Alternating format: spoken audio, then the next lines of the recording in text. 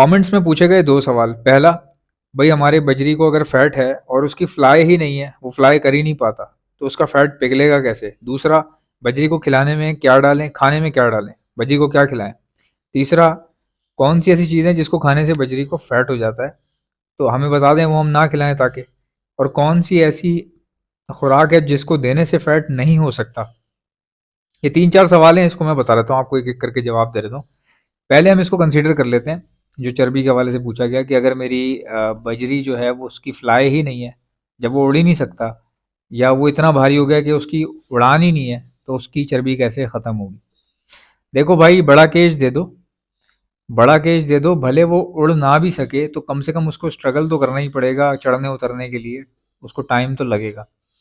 और फिर चर्बी उतरेगी ऐसे कि उसको रेस्ट मिला हुआ होगा। चर्बी उतरती है रेस्ट से, क्योंकि जब आप किसी भी पीस को उसके पार्टनर के साथ छोड़ देंगे ना, उसकी चर्बी कभी ख़त्म नहीं होगी। जैसे मिसाल के तौर पे फीमेल पे चर्बी है और आपने उसको उसके मेल के साथ छोड़ा हुआ है, तो आपको पता है ये मेल जो है वो फीड करवाता है मुंह से फीमेल को बार बार। तो फीमेल जो है वो एक ही जगह बैठी रहती है और बार बार मेल आके फीड करवा रहा होता है उसको, जिसकी वजह से उसकी चर्बी बजाय जाने के एज इट इज़ रहती है, और फिर आपका बर्ड जो है वो आपको लगता है कि यार कोई फ़ायदा नहीं है इसको रखने में। चर्बी उतारना क्यों चाहते हैं आप लोग, ये तो मुझे समझ से बाहर बात है, क्योंकि कभी भी सवाल ना ये नहीं होना चाहिए कि चर्बी कैसे उतारें, क्योंकि मेरे हिसाब से चर्बी उतारनी नहीं चाहिए। और क्यों इसमें टाइम एक तो बहुत ज़्यादा लगता है। आपका सवाल ये होना चाहिए कि ऐसा हल बताएं कि बजीज को चर्बी आए ही ना क्योंकि चर्बी आया हुआ बर्ड जो है ना वो संभालना बहुत मुश्किल है। जैसे अभी आपने देखा, तैमूर भाई जो हमारा दोस्त है वो आता है, वो चर्बी ख़त्म करने की कोशिश कर रहा है कुछ बर्ड्स में से। क्यों कर रहा है ख़त्म करने की कोशिश तैमूर भाई? इसलिए चर्बी ख़त्म करने की कोशिश कर रहा है क्योंकि जो बजरी उसके पास है ना, दे आर नॉट नॉर्मल। वो नॉर्मल बजरी नहीं है, उसका वो पैशन है, रेनबो की कैटेगरी है, जो कि उसको दोबारा बड़ी मुझे नहीं लगता मिलेगी वॉयलेट के अंदर। तो वो उसके पास एक मेन रीज़न है कि यार मैं इसलिए इसकी चर्बी उतार रहा हूँ, वरना इन कामों में कोई नहीं पड़ता, चर्बी उतारने के कामों में कोई नहीं पड़ता। हाँ, वैलिड सवाल ये है कि भाई चर्बी आती किस खुराक से है। देखें, चर्बी आती है जब आप किसी भी बर्ड को ना, छोटा केज जो है ना, this is the biggest reason for the चर्बी। ये बिगेस्ट रीज़न है चर्बी के लिए। लेकिन कई लोग आपने देखे होंगे कि उनके पिंजरे छोटे होते हैं मगर उनके बर्ड में चर्बी नहीं आती। वो हो सकता है उन्होंने आउटडोर रखे हुए हों या सनलाइट काफ़ी ज़्यादा वहाँ पे, कुदरती रोशनी की काफ़ी ज़्यादा पहुँच हो वहाँ पे। इसलिए देखें, जब कुदरती रोशनी होती है ना तो वहाँ पे फैट नहीं आता। और दूसरी बात ये कि बजरी के अंदर ना बहुत ही कम होता है, देखने में बहुत कम आता है, बहुत ही कम केसेस में फैट देखने में आया। फैट कोई कॉमन नहीं है बजरी के अंदर, रेयर है ये। बजरी के अंदर फैट आ जाना रेयर है, यानी कि बहुत ही कम लोगों के पास इशू आता है ये वाला। और कुछ लोग तो ये भी कहते हैं कि यार फैट की ना कोई रीज़न नहीं होती। कई बार ऐसा होता है कि ये बॉडी जो है वो जेनेटिकली एक्सेप्ट कर लेती है फैट को, भले बड़ा पिंजरा हो या छोटा हो, बस तोता मोटा होने लग जाता है खुद ब खुद, उसमें चर्बी भरना शुरू हो जाती है। अब मैं आपको बताता हूँ कि दाना मैं कौन सा डालता हूँ या आपको कौन सा डालना चाहिए। देखिए, दाना जो है ना बहुत तरह का आता है बजरी का, लेकिन असल जो दाना है ना बजरी को, बजरी की पलाई जिससे होती है, वो है लाल बारीक कंगनी और थोड़ी सी मोटी कंगनी। ये दाना है बजरी का। मैंने तो प्रीमियम दाना खिलाया अपने बजरी को, बारीक कंगनी और लाल बारीक कंगनी, ये मैंने अपने बजरी को खिलाया है। और आप यकीन नहीं करेंगे, बेहतरीन लेवल की जो है ना मेरे पास, अ, मतलब कि उसके रिजल्ट्स थे। बजरी की हेल्थ बहुत बेहतरीन थी मेरे पास। बाजरा में डालता ही नहीं था। ठीक है, तो बाजरे से आप कोशिश करें अवॉइड करें। कई लोगों ने मुझे कमेंट में कहा कि बाजरा ज़रूरी होता है बर्ड की हेल्थ के लिए।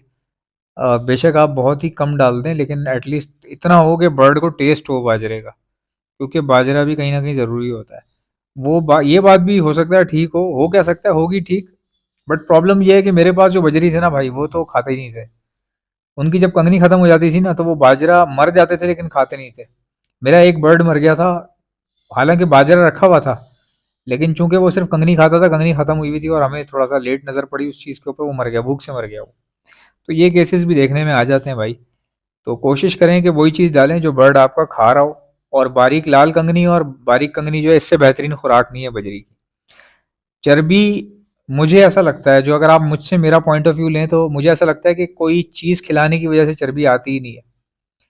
अगर आप अपने इर्द गिर्द मोटे लोगों को देख रहे हैं, उनमें से कई लोग ऐसे होंगे जो बेचारे उतना ही खाते हैं जितना मैं खाता हूँ, लेकिन वो मोटे हैं। इसकी क्या रीज़न है? जेनेटिकली कोई प्रॉब्लम होती है। कई लोगों के खून में एक चीज़ आ जाती है कि फैट उनका स्टोर होने लग जाता है बहुत भारी तादाद के अंदर, बॉडी के अंदर। तो ये मुझे ऐसा लगता है फैट का ये चक्कर है, इसके अलावा फैट का कोई चक्कर नहीं है कि अगर कोई बर्गर खाएगा तो मोटा हो जाएगा और अगर कोई जो है वो लीमू खाता रहेगा तो पतला रहेगा। मुझे नहीं, मुझे ऐसे ही ये सब बातें मुझे नहीं समझ में आती। हाँ, दूसरी तरफ से अगर इसको देखा जाए कि आप तेल वाली चीज़ें खाएँगे तो आपको नुकसान पहुँचेगा, ये मैं मान सकता हूँ। बजरी के अंदर भी ऐसे ही है, अगर आप बाजरा बहुत ज़्यादा डालेंगे, कंगनी कम कर देंगे तो उसकी बॉडी में नुकसानात उसको नुकसान फ़ायदे आपको ज़रूर नज़र आएँगे। सॉफ्ट फूड की अगर आप बात करें तो भुट्टा जो है वो मेरे हिसाब से बजरी के लिए बेस्ट है, सॉफ्ट फूड के तौर पे अगर देखा जाए। क्यों? क्योंकि बहुत ज़्यादा महँगा भी नहीं पड़ता। क्योंकि अगर आप भुट्टे की जगह चना-वना चने का इस्तेमाल करेंगे तो वो शायद आपको एक्सपेंसिव पड़े। मेरे ख़्याल से बजरी के लिए जो अच्छा सॉफ्ट फूड है और सस्ता सॉफ्ट फूड है, वो लूसन है और भुट्टा है। ठीक है? भुट्टा बच्चों की पलाई के लिए, भराई के लिए बहुत बेहतरीन है। और बजरी को हम जो भी चीज़ें डालते हैं ना, उनमें से कोई भी चीज़ ऐसी नहीं है जो कि रिस्पॉन्सिबल हो या जिसमें चांस हो कि इसकी वजह से फैट आ रहा है या आ रहा होगा, ऐसा कुछ भी नहीं है। कोई ऐसी खुराक नहीं है जिससे बजरी में फैट आए। तो आप खिलाने में हर चीज़ डाल सकते हैं जो बजरी खा रहा है। अब जैसे सामने देखें कैरेट, ये गाजर डली हुई है, गाजर खिलाई जा रही है बजरी को और वो अगर एक्सेप्ट कर रहा है, शौक से खा रहा है, तो आप उसको डालें।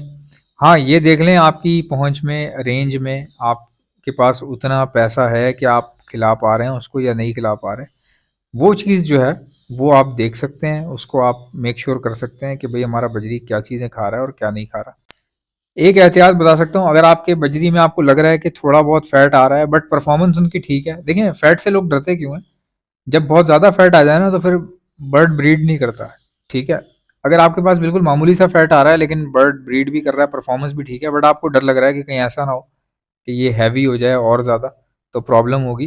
तो ऐसे बर्ड को आप कोशिश करें कि ये जो सब्ज़ी वाले सॉफ्ट फूड आते हैं ना, ग्रीन सॉफ्ट फूड जो आते हैं, इनको आप कोशिश करें कि इस तरह के सॉफ्ट फूड डालें। ग्रीन सॉफ्ट फूड जैसे आपके पास पालक हो गई या मेथी हो गई या फिर आपके पास लूसन हो गया, धनिया हो गया, इस तरह की चीज़ें आप डालें और इस तरह चर्बी वाले बर्ड को एग फूड ना दें। हाई प्रोटीन जो है वो आप कोशिश करें कि ना दें। ये आपको हेल्प करेगा अगर आपके बर्ड में ज़रा सी भी कैपेबिलिटी है कि या चांसेस हैं या पॉसिबिलिटी है कि वो अपनी फैट को लूज़ कर सके आसानी के साथ, तो मेरे ख्याल से इस तरह करने से आप फैट को थोड़ा बहुत अवॉइड आराम से कर पाएँगे, बहुत ही ज़्यादा आराम से आप कर पाएँगे। तो ये आपको हेल्प करेगा। जैसा कि आप जानते हैं ब्रीडिंग सीजन आ चुका है। अगर आप में से किसी को बर्ड्स के लिए ब्रीडिंग मल्टीविटामिन्स चाहिए तो आप ऑर्डर पर मुझसे मंगवा सकते हैं। मैं all over the Pakistan supply करता हूँ। ऑर्डर करने का तरीका बताता हूँ, पहले सुन ले मेरे पास क्या क्या चीजें हैं। हमारे पास ब्रीडिंग मल्टीविटामिन है, calcium plus vitamin D liquid है, प्रोटीन लिक्विड है, हमारे पास इलेक्ट्रोलाइट्स होते हैं, हमारे पास गर्मी बहुत ज्यादा है, बर्ड्स को इलेक्ट्रोलाइट्स की जरूरत पड़ती है, तो ये भी आपको हमारे पास से मिल जाएंगे। बच्चों को, चिक्स को बचाने के लिए डॉक्सीसाइक्लिन का इस्तेमाल किया जाता है, ये भी आपको हमारे पास से मिल जाएगी। और खाली चिक्स को बचाने के लिए नहीं, ये सेहतमंद बर्ड्स को दी जाती है। अपने पूरे सेटअप पे 6 दिन का कोर्स करवाया जाता है हर महीने। तो ये बहुत अच्छी होती है। और कोई बर्ड बाहर से लाए तो उसको भी समझ लीजिए जरासीम से पाक करने के लिए या बैक्टीरियल इन्फेक्शन अगर वो अपने साथ लाया है उसको खत्म करने के लिए भी यही 6 दिन का कोर्स करवाया जाता है डॉक्सीसाइक्लिन का। अब अगर कोई बर्ड बीमार हो चुका है, कोई बीमारी आ गई है, मिसाल के तौर पर नजला, खांसी, मोशन, बुखार या सोकड़े की बीमारी हो रही है, आंखें सूज रही हैं, बर्ड कमजोर हो रहा है, तो ऐसे वायरल लगने के बाद हार्ड एंटीबायोटिक का इस्तेमाल किया जाता है, ये भी आपको हमारे पास से मिल जाएगी। एंटी लाइसिस स्प्रे जो जुओं के लिए परिंदों के ऊपर स्प्रे मारा जाता है, उनकी जुएं खत्म हो जाती है लेकिन परिंदे को कुछ भी नहीं होता, ये भी आपको मेरे पास से मिल जाएगी। और एक ऐसा प्रोडक्ट है जो मेरा अपना बनाया हुआ है, हैंड फीड है ये। और सिर्फ हैंड फीड नहीं है, हैंड फीड होने के साथ साथ ब्रीडिंग बूस्टर भी है। ये सॉफ्ट फूड के ऊपर छिड़क कर देंगे तो ये ब्रीडिंग बूस्टर बन जाएगा। बाकी हैंड फीड के तौर पे आप अपने लवबर्ड को कराएं, कॉकटेल को कराएं, रिंगनेक को कराएं, बेफिक्र होकर आप करवा सकते हैं। हैंड फीड करवाने वाले इंजेक्शंस और उसके आगे लगने वाली स्टेनलेस स्टील की नोजल्स, ये भी आपको हमारे पास से मिल जाएंगी। ऑर्डर करने का तरीका क्या है, इनमें से कोई भी चीज चाहिए उसका नाम लिखकर सेंड कर दीजिए मुझे मेरे व्हाट्सएप के ऊपर। मेरा व्हाट्सएप का नंबर है 032723100040। इंशाल्लाह मिलते हैं नेक्स्ट वीडियो में। वीडियो को लाइक ठोको, चैनल को सब्सक्राइब। अल्लाह हाफिज।